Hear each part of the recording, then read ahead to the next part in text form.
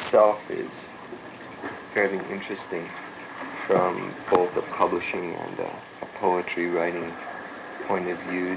Despite its name, with its Irish connotations, it's a very Scot Presbyterian town, which is important in that the Scot Presbyterianism represents one of the predominant colonial cultures.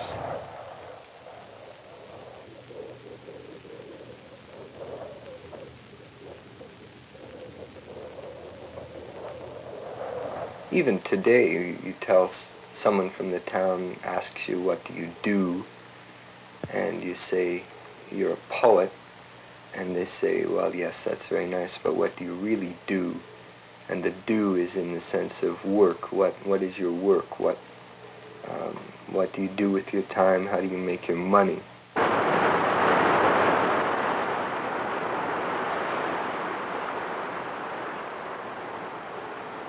Some people would wonder why you would come up to a place like Erin after living in the city, Toronto, all my life, which is what I've done, and work for nothing. It seems like a contradiction in what you're always brought up with. You're brought up with TVs and all kinds of weird things which force money down your throat. Money is the answer to everything. And probably that's one reason why I came up here. Money doesn't seem to be the answer to everything. Money can really mess up your head if you're not careful with it.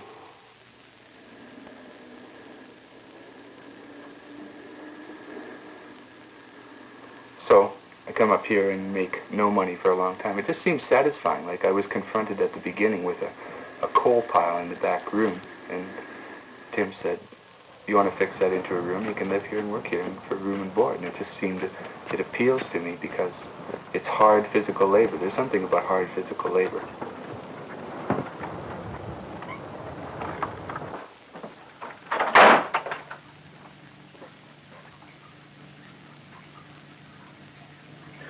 Dave Godfrey wanted to set up a small press that would be relevant to his own political nationalism and involvement with French Canada. He wanted a Porcupine Press because it would be a backwoods sort of vaguely back to the land kind of thing, but it couldn't be Porcupine Press because it had to be politically relevant, so it's called Press Porcepic instead. Well, another nice thing, which is sort of satisfying in a way, is I've learned a skill of sorts. It's sort of antiquated what we do, but we can't afford linotype, which is a machine-operated way of setting a poem or a story. So we use monotype and buy a font of it, or two fonts, depending on how big the poems are, and set them by hand. And the font is about $40, I guess, depending on where you go. You feel almost, I suppose, like an 18th century guy with his setting stick and type and things like that.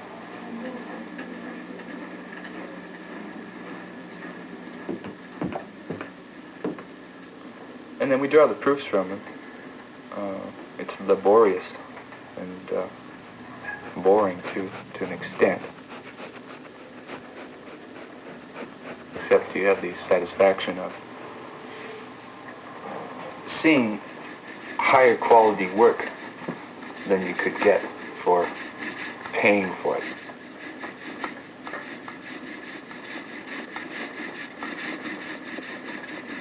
That's something Tim and I both agree on.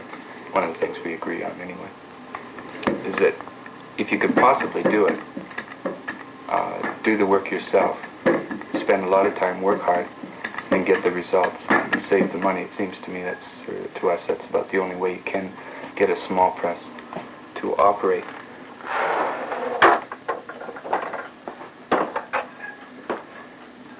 The whole printing process is an art form, and you just don't learn it in a year. There's old dudes who've been around 60 years.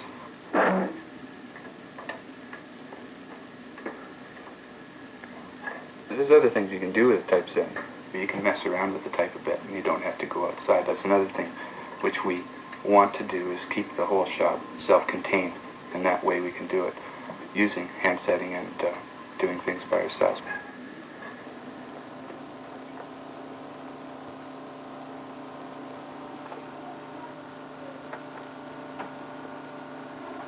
As a poet, I think it's very important to be able to produce your own books.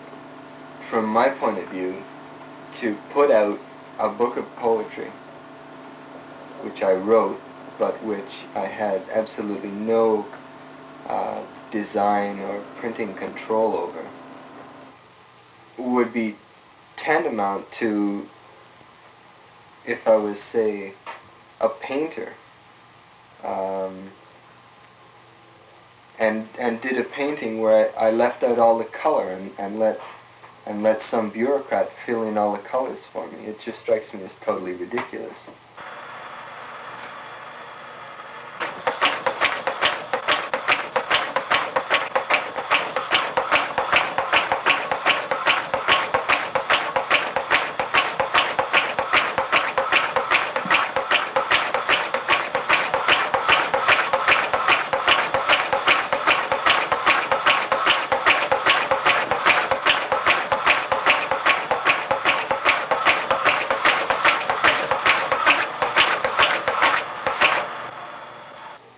Somebody comes up here, a poet, who's never before, like he's always taken his manuscripts to places and not been involved in the production. He comes up here with his work, which is a work of love, his poems. They're really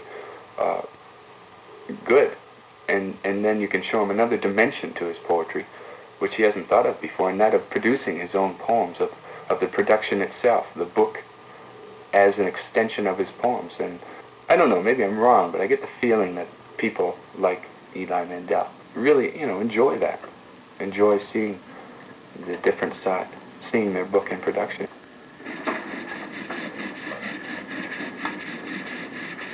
It's almost like he's conceived a baby, but normally he wouldn't watch it, wouldn't see it, being born or anything. And here he can see it being born. I think that's why he's attracted to Porcepic in a sense. If I'm doing a book by Mandel, it's likely that I'll be consulting with him personally 5 or 6 times a month. There is a kind of translation process that goes on there, in which I think the author should be intimately involved. The poets and writers that we publish are all friends. I mean, they come here. I know something about their personalities. In most cases, the way it's developed, most of the poets that we've published so far have been quite a bit older and better established and more proficient poets than I am, actually. So it's a learning thing to be here, where I can meet Rosenblatt and Mandel. Godfrey himself is probably the best young fiction writer in Canada. With that kind of exposure to contemporary major Canadian talents, you can't really help but pick up a lot more just by osmosis than you ever could from even an intensive reading of their work in the classroom situation.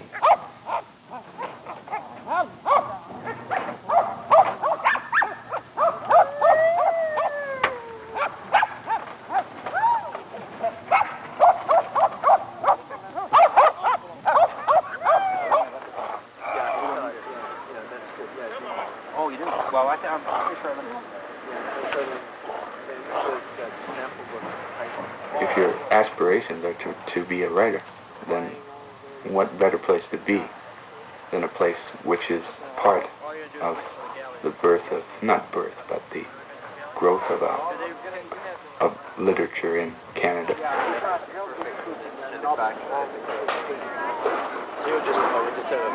Do we get 2 sets of gallons or just one? With the And that's about what this place is. It's a minor thing amongst many minor things going on in Canadian literature. But together, they make up a cultural revolution of sorts. It's good. It's interesting. Very good. Yeah, well, they'll do it. I mean, they'll do a perfect job, you know. I mean, you won't have any decline, but just so you can see it, yeah. I guess the reason that I came here was one thing. I've always been fascinated by books, by the book, as a kind of objet d'art in its own right. Fascinated by the largely obsolete technology which makes books. I have a bit of romantic flair which suggests to me that it's always a neat thing to do something which is a lost art in the sense that McLuhan claims that books are on the way out. I happen to think that Gutenberg was a very neat guy.